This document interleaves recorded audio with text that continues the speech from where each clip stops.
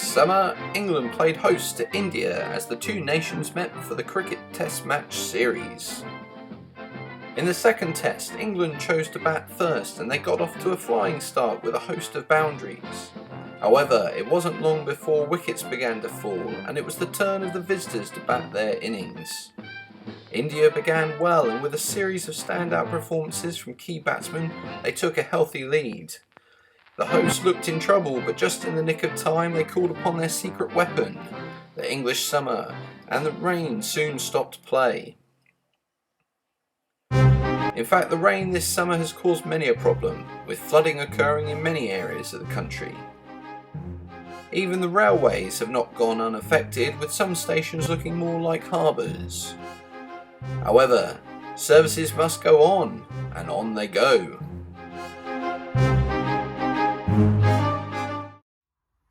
Hiya, and welcome to another episode of Gosport Junction. I'm actually in the new hobby room. It's pretty exciting stuff. I talked about it a little bit, that the plan was to have a hobby room, and really this is going to be a pretty short layout update because, to be quite honest, it's been very busy with my sister and nephew moving out, and then taking quite a bit of time to get the rooms that they vacated filled with the stuff that we wanted in there. So the hobby room is one of those. Now, I was thinking about taking you on a tour, but decided possibly not. Might leave that for another time when I've got it more as I want it, particularly when I've got the baseboard done and in place. But the plan is, you might see just to my right here, I've got part of my shoving rack up, or I've got the shoving rack up, and it's got a lot of my hobby stuff on. But behind me is the area where I'm hoping to have the first board of the layout. And so that will be what I've been talking about in previous videos, which will be the 5-foot board. And that will be, I think, 2 foot deep. We talked about that in the last video. Now, as I say, it's been a very busy time. We even had a leak earlier this week, so what we now for first week of August, second week of August, something like that. But yeah, and earlier this week, I woke up 6 o'clock in the morning on a Monday to find a wet patch on the carpet just outside my bedroom door. Didn't think anything of it. Went downstairs, got my daughter's medicine, came back up. Thought it was odd, the kitchen power was out. Came back up to see water dripping from the ceiling into the patch on the carpet. So ended up bucket under that. Went up in the loft, 7 o'clock in the morning, pulling insulation, soaking wet insulation out. And noticing that the water had been leaking in through the roof, filled up a pan, which had got so full it then spilt out. And this obviously been happening over the years, I think. And then decided to run down along the cabling for the light switches. So yeah, open up the light switch covers, and they're wet as well. So thank goodness for the updated electrics that were done before the house was rented out to us, but otherwise it might have been a different story. But anyway, so we're going to go over to the Workbench shortly to look at what I have been doing this month. I did find a little bit of time. I got a week in where I managed to get some work done on some scratch building. For all those people who follow my Facebook page, thank you very much. It's been really impressive, actually. I think sometime early June we hit 100 likes on the page. We're now up to about 175 likes as of today, and who knows how many there'll be by the time this video goes out. But it's really encouraging, and hopefully it won't be long till we get to 200. Hopefully that'll translate over to the YouTube channel at some point, but again, not really in it for the subscribers. It's more about logging the journey that I'm going on, and hopefully giving some content people will be enjoy watching while they're doing hobby work, but also to follow the journey as well. I have also in this week I've ordered some new tools to help me with my scratch building, and 2 of those have already arrived. A mini mitre block to help me cut different angles, and also 90-degree angles on pieces that I need to be square. such as the pillars for the colonnade on the station building, and I've also got a razor saw which will do the cutting. I've got some glue and glaze on the way. I'm going to try that in the window, see how that works, and I've also got a circle cutter on the way, which I'm really hoping will be really useful when it comes to doing the archways on the station building. I'd really like to get those cuts nice and clean, but also a really good accurate sort of circular shape. So yeah, really excited. I am hoping this weekend as well, I'm sort of filming on a Friday night, I'm hoping this weekend to get some timber and build a workbench for the garage, so that my pillar drill and my disc sander that I got from my granddad, that they can sit on something that I can then use them. That all being said and well, I can then look to getting some more timber either this weekend or maybe during the week or next weekend, and actually build the baseboard. So that's the plan. Hopefully the weather's going to stay good, and can get that done, and then I'll move it up here, and that really will allow me to then start working on populating the board.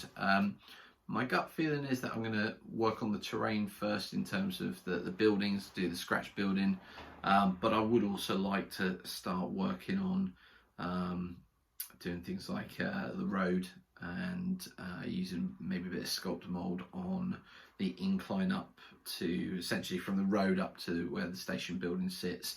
But that's all new, and that's going to be exciting because I haven't done that bit before. So yeah, I will obviously video what I can and put some layout updates up. But yeah, that's kind of where we're at the moment. If I can get the baseboard done by September, then as hopefully the winter weather comes in, I will be able to continue working on the layout up here in the hobby room, and that is the plan. So that's pretty much it for the update, other than going over to the workbench. So what we'll do now, we'll head over to the workbench, have a look at the bit of scratch building I've done.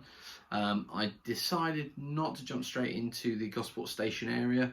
I wanted to try and get my hand back into doing the scratch building, because I haven't done it in several months, so I thought something small and simple. So I picked the line-side hut at Fort Brockhurst station, which now means that I've got the line-side hut done, I've got the waiting hut done.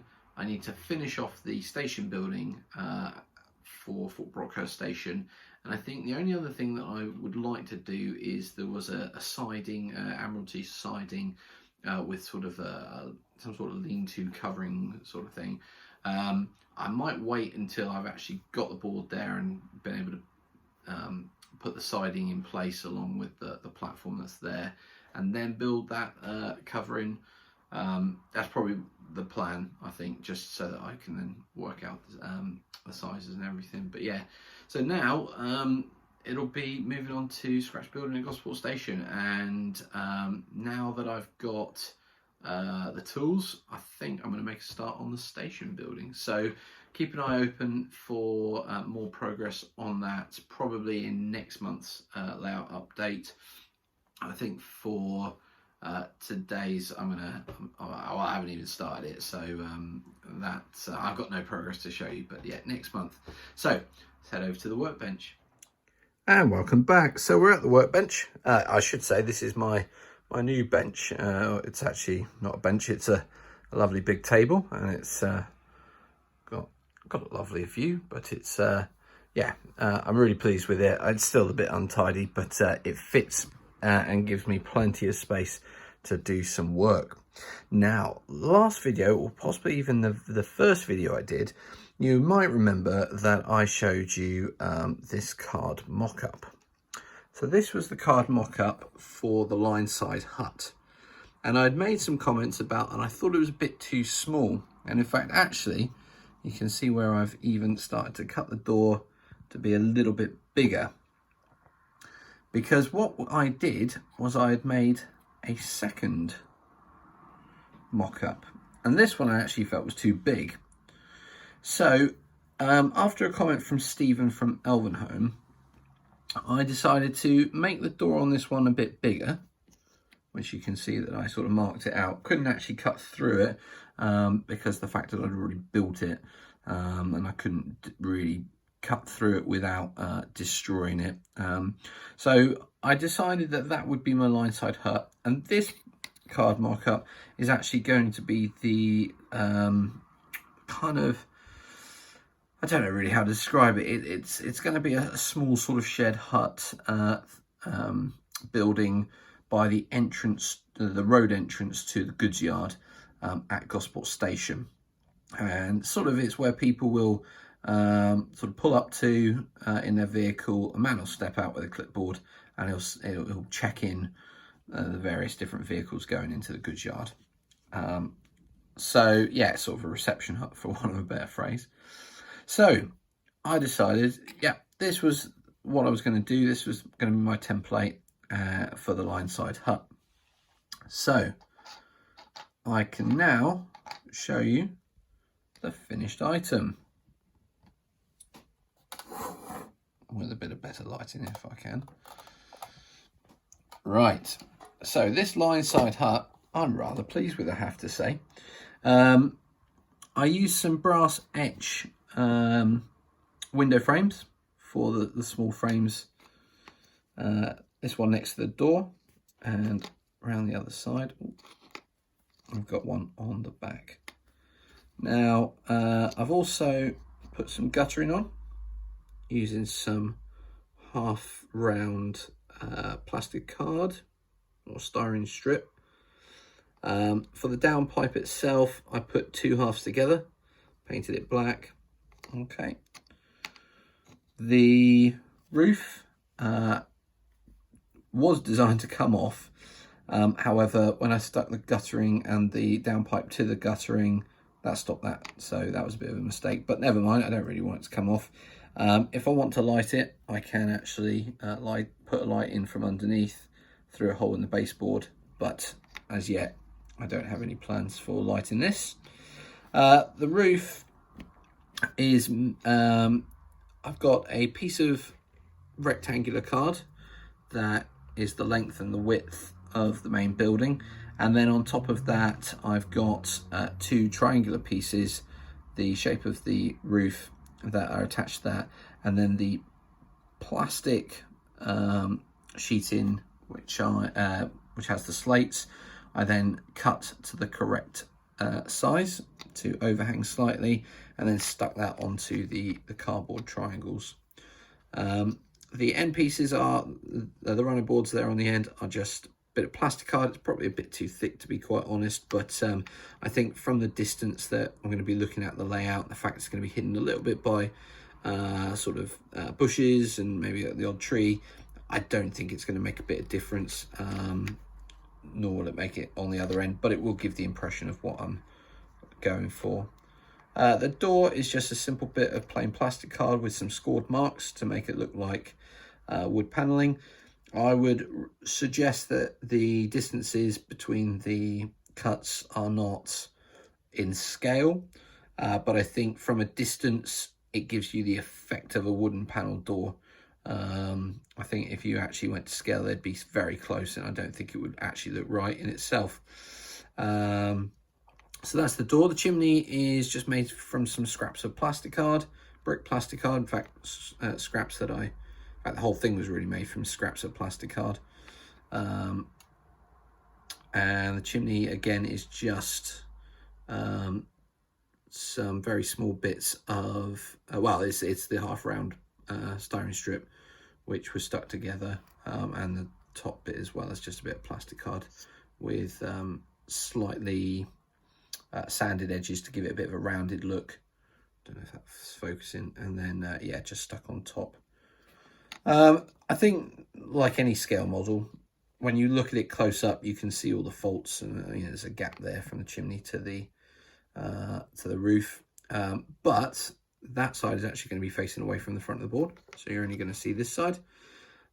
This side doesn't look too bad. It's not quite square to the roof. In fact, it's at a slight angle, but actually at a distance, you don't really notice it that much, I don't think. When it's even further away and you're looking at it from, you know, 6 foot away, I think it will give the look that I'm going for. It's got a bit of character as well. I painted the bricks using Vallejo colours.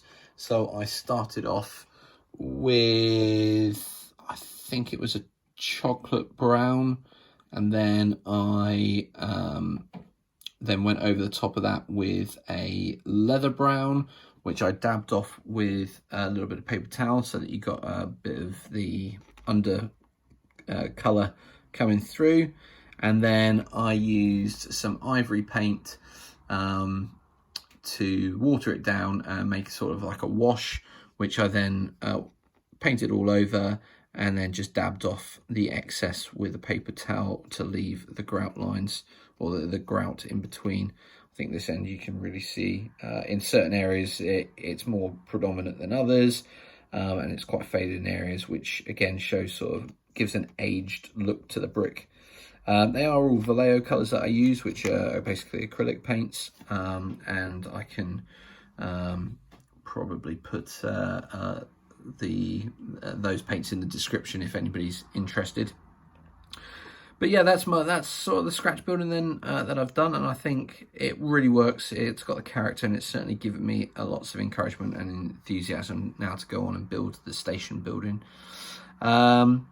So I mentioned in the first part some new tools, so I'll just quickly show you what I've got. I've got this Zona writer block. You can see the grooves in there, the cuts, which you can put your saw blade in, and yeah, get those different angles. And then also from Zona, I've got this razor saw, which I'm rather hoping will do the job that I need it to do. For example, I have here some plaster strut round rod, which is 6.4 millimeters in diameter, and I'm going to be cutting up quite a few bits from this to make the pillars for the colonnade for the station building. So yeah, I'm really excited about this, and if I can get a good balance between time on actually trying to build the layout the baseboard, and start work on the station building, then hopefully it should all go according to plan, and I'll have a station building to put on the board, and then I can really need and then I'll really need to get cracking on things like the road and the slope up to it. So yeah, that's where we are really this month.